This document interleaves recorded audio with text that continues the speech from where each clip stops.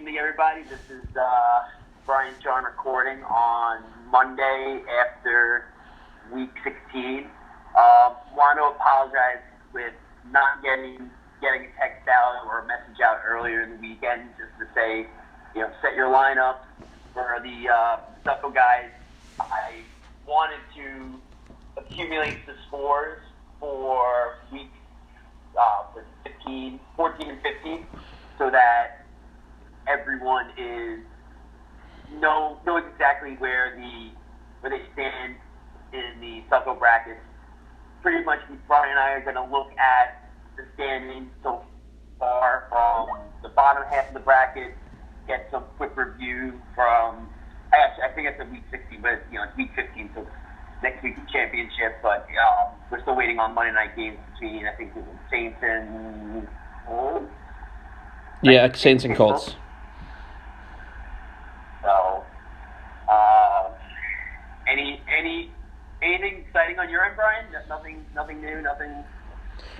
Plenty exciting, but nothing that's that life changing. So we'll keep it at that for now. Any kind of possibility of next week, or what's the deal? Well, I'll just safely say that next week will be a very exciting week.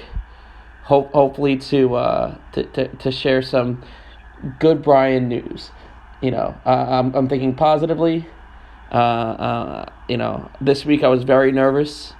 Thursday night I was tearing up in the middle of my day on Friday, wondering what I need to do to make my team stronger, and there's literally nothing that can handle the Ravens offense apparently. So, but when everything came through, my a trade I made at the very beginning of the year with Patch, to gain Ezekiel Elliott and Julio Jones, I think became Patch's downfall, which, unwittingly or so, he got out of that Kelsey, Hilton, and Cooper, which on paper looked great, but on week 15, Kelsey looked great, but the other two guys didn't quite pull through. So, not rubbing it on Patch. He had an amazing year too. Pure luck of the draw, because honestly, I had no idea. It was literally a tie game going into the 4 p.m.s, but very happy, very fortunate, and I'm ready for a Clark fight, week 16. So. Yeah, just looking at the matchup with him, and I think it's just an indictment of the Packer offense is just a different animal with new coaching staff, scheme, and not in a good way for Rodgers. And I saw it with even Devontae Adams in a lot of weeks. It's just a very vanilla offense that's very run-heavy and run-oriented, wants to get a lead, and it's not the Packers of 10 years ago by any stretch, which next year I definitely think that's going to really show in Rodgers and any of the other passing weapons that are going to be another. But I'm just going through his eyes. Yeah, honestly, going into this week, though, I was thinking Rodgers personally. I was hoping he was. That was one of the reasons why I picked up Garoppolo, because I thought he was going to be a strong play, and Rodgers hasn't exactly performed the last few weeks. But it's still tough.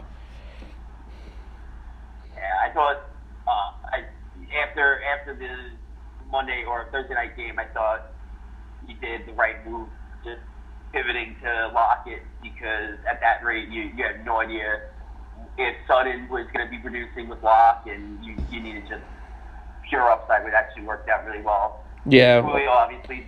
To be honest, the only reason why I went to Lockett was that, but also the snow.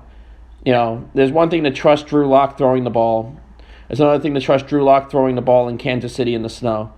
And well, yeah, before we get on to anything else, if you brought Drew Lock's name, guys, do yourselves a favor. Guys, Drew Lock is doing life perfectly. Just do yourselves a favor and look up Drew Lock's girlfriend, current, and past girlfriend. Holy fuck!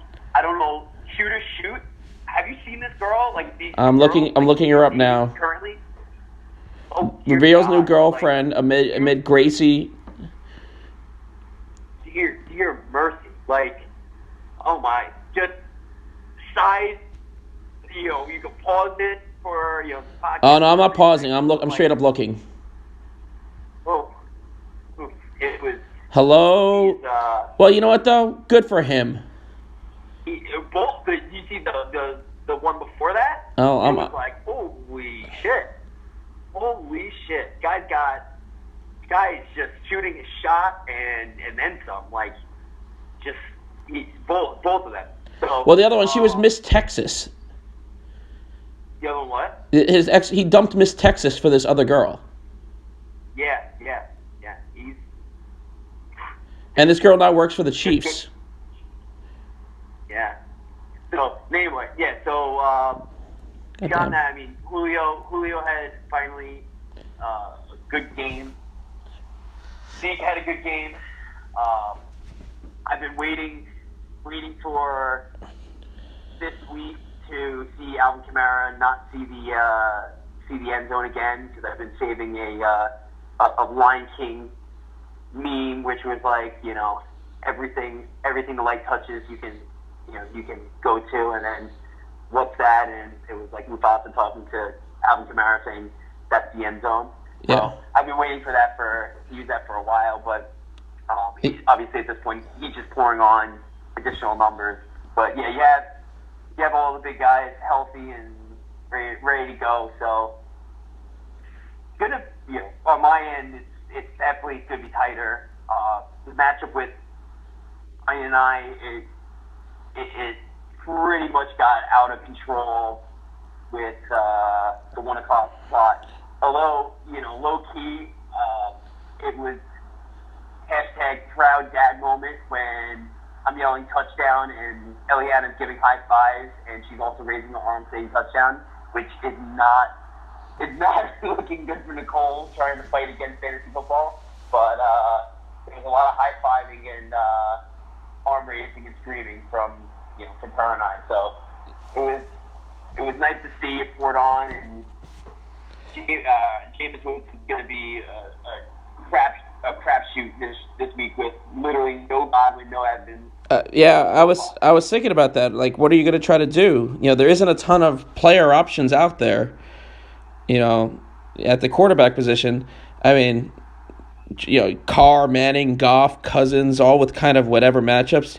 You can go Gardner Minshew, or trust that Jameis is going to find Brashad Perriman. Yeah, it's not just it's not just that Godwin's out and he's not going to play. Scotty Mitchell, Scotty Miller's not going to play either. They're going to be like on their third and fifth receiver as their top two guys. Yeah, I'm dropping Jared Cook. I'm getting O.J. Howard. It's just going to be a 8-plus kind of game. Oh God. So, but yeah, then McCaffrey's got a new quarterback, new coach, new quarterback now. It's going to be awesome watching garbage time, and we'll see how it wraps goes. Although I'm a little upset that our game wasn't as close. I think Ryan Free, 1 o'clock spot, was trying to add and drop kickers to block them. Did he talk to you about it? Sure. So that was my call. I told Ryan earlier in the week. I said, "Hey, Sean's not starting a kicker." I'm like, I don't know if it'll work, but if you add and drop 22 kickers, he might not be able to get a kicker this week. Yeah. The one thing that Sleeper prevents from doing is allowing you to just add and drop. There's got to be a certain, I think it's a certain window. I tried doing it earlier in the year with playing someone that needed a tight end, and I think actually, you know what? It was against Ryan. Yeah. The slate, or pretty sure it's Sunday night. It was the latest slate. They were playing, it was the Packers and 49ers. And I was playing fuck around, getting Jimmy Graham. I was trying to add and drop and do that. But, for the other 10 guys in the league, if you try doing that in Sleeper, they are available pretty much immediately. So it would have been really awesome that, I don't even, Siebert, the kicker from the Browns, had a decisive swing of the leg to beat Ryan as a big old FU to that practice. But yeah, for two of us, it's going to be. I think it's going to be actually really close. It's more or less a coin flip because it's just not most optimal matchups, and if your guys are hot, I mean, we both put up points. Yeah. Who's going to put up more, obviously?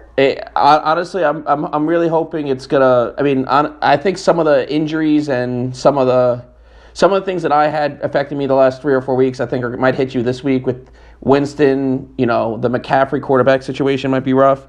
I mean, honestly, Ridley going out. I mean, Julio got every target under the sun and then some. That was, and he hadn't got a touchdown in like 9 weeks. So I mean, there's certain, and then obviously the matchup we were both going for there from Russell Wilson, Tyler Lockett against that Arizona defense, which we both targeted like at the trade deadline, and I'm hoping that's what pushes me over the edge. But we'll see how that works out.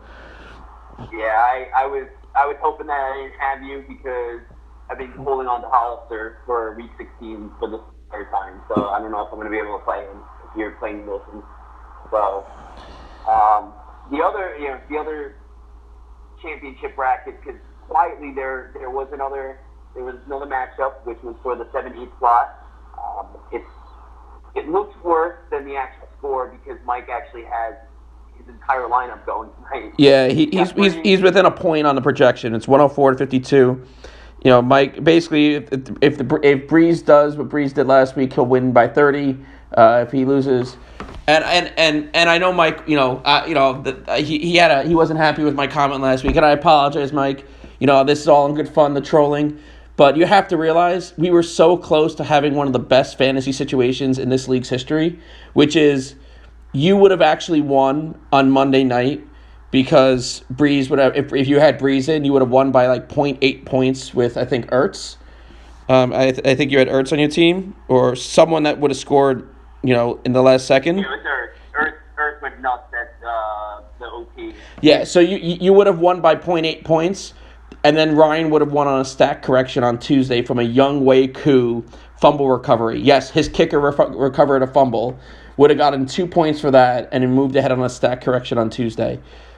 I'm actually a little bit upset that situation didn't happen because I know full well that you would have dropped a lot of MFers into the chat.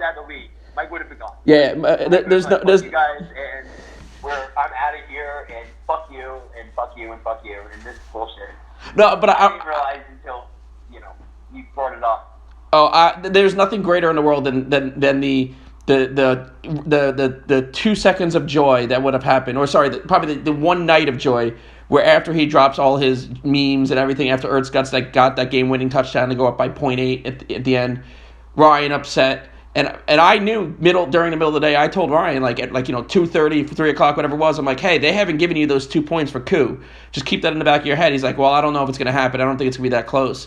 And then, of course, Ertz goes nuts, and then it would have been the difference. So it's just crazy, and I'm upset we missed out on an opportunity, but it's still crazy. But this should be a good game to see who's going to get that better seeding for the finals. Yeah, go all of the Saints because the outcome of that game is take overall, and I am in cheering for Mike. Cheering to celebrate the number 7 total together next year. So, and then lose gets 8, and then we have our Sicko. Yep. I didn't do any of the math, but I am going to do it from what I see. So, league format-wise, if you use the phone, you can see based on the scores. You can flip back to the standings, or you can look at the bracket itself. So, what I'm going to do is I'm going to make a Google table. It looks like, just from looking at the math, like Tim has at this point 274 and change. Like John is. John. Start picking your treatment now. Which one you want to do? John, just do something, just anything. You're looking at 142. 42. 143. John has more or as many or less combined points than some guys scored this week alone. Sorry, John. We have Chris has has 240. 240. You got Jay with 225. 225. 226. Yeah, with the decimal. Joe with it looks like 202. 211 and change, give or take. 114. No, 202. 202. Okay. And then the last is Charlie. Yep, with around 120. 220. 220. All right. So yeah, John's eating everyone's dust, and I of those numbers, I'm the only one that really sticks out. I think it's more or less like Tim has a commanding lead. It looks like right now. Yep. Like 50 over Charlie. Probably. I don't really remember the number. Yeah, it was around. The only other one you had Chris was he's about 30 over Chris, 35 over Chris, and then about 50 over everyone else. And then John is about 60 points behind the next closest person, Joe, and about 80 points behind everyone else. So unless Joe puts up a dud and John puts up a heater of some sort, it looks like we at least have the bottom spot sadly locked up. And maybe Tim, doing his part to get some extra lotto balls his way. Who on Succo had most points against? Is it Jay? It was. Let me just pull that up real quick.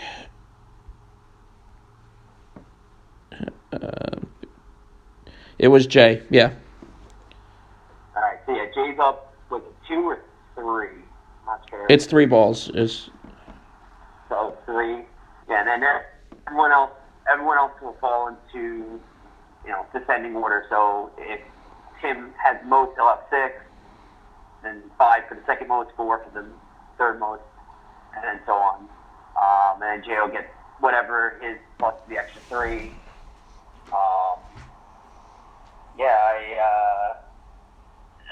I think I don't know if you want to add anything to the toilet consolation, Succo, whatever, or actually the toilet or Succo, to individual teams or individual guys.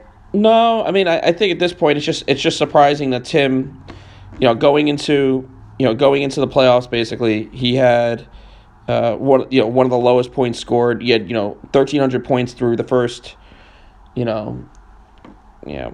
13 weeks, let's say, and he basically puts up one of the highest scores, highest weeks of the year in this week. Granted, it'll serve him well, but 173 is a monster number, and he's not even done yet, which is the scary thing. He still has another guy left to play, so. I mean, he can beat. He still has, I guess, was it Marcus Johnson from the Colts? So I mean, he could easily get over 180 or more. And I don't know what the highest score for this year was, but that he might end up putting the highest score of the year, in a way that can actually help him get more draft balls. So. Yeah, interestingly enough, and talking about teams, not jumping. We could probably talk about keepers another time, but Drake had a ridiculous game. If Dave Johnson's not there next year, and for some reason if Arizona re-signs Drake, that may not be an awful keeper. Compared to, I think he can. I don't know if he can keep Carson. He can definitely keep Hill. He can keep Hooper. He can keep McLaurin. He can keep Sharp. There's actually some pretty good options he could have on the keeper front, which gets similar to a lot of us. I think there's a narrow path where there are some teams that really it's spelled out like, okay, they're keeping these 2 and the rest is muck, back into the draft pool. Tim's gonna have some decisions. Actually, I'm looking at John's as well.